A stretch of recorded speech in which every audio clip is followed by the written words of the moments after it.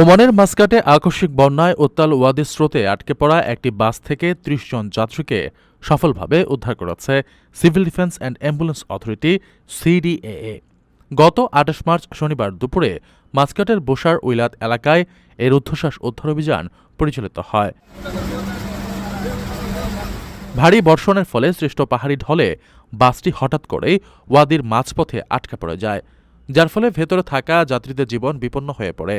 খবর পাওয়ার পরপরই সিডিএএ এর বিশেষ উদ্ধারকারী দল দ্রুত ঘটনাস্থলে পৌঁছায় এবং অত্যন্ত সতর্কতার সাথে বাসে থাকা প্রতিটি মানুষকে নিরাপদে সরিয়ে আনতে সক্ষম হয়। উদ্ধারকৃত ৩০ জনই বর্তমানে সুস্থ ও নিরাপদ রয়েছেন বলে নিশ্চিত করেছে কর্তৃপক্ষ।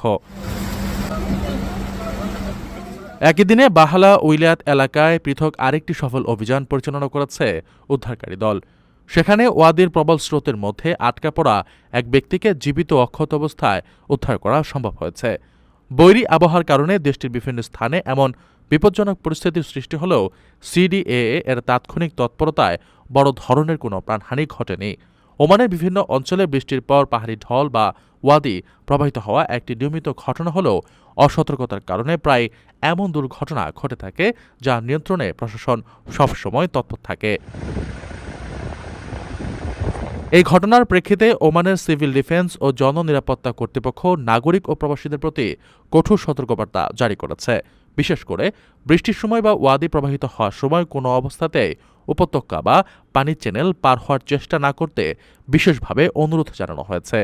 জনসাধারণের যানবাহনের নিরাপত্তা নিশ্চিত করতে এবং এ ধরনের অনাকাঙ্ক্ষিত দুর্ঘটনা এড়াতে সরকারের নির্দেশনা ও সুরক্ষা বিধিগুলো যথাযথভাবে মেনে চলার আহ্বান জানিয়েছে স্থানীয় প্রশাসন। প্রবাসীদের জন্য নির্মাণ হচ্ছে দেশের প্রথম স্মার্ট সিটি, যেখানে থাকছে স্কুল, মসজিদ, হাসপাতাল, সুইমিং পুল, হেলিপ্যাড, পাঠাগার, জিম, সুপারমার্কেট, শিশু পার্ক সহ সকল নাগরিক সুবিধা। মাত্র ৩০ লাখ টাকা বিনিয়োগে মিলছে আকর্ষণীয় ফ্ল্যাট। প্লাটিনাম ইনভেস্টরদের জন্য ঢাকা বিমানবন্দরে ভিআইপি প্রোটোকল সুবিধা।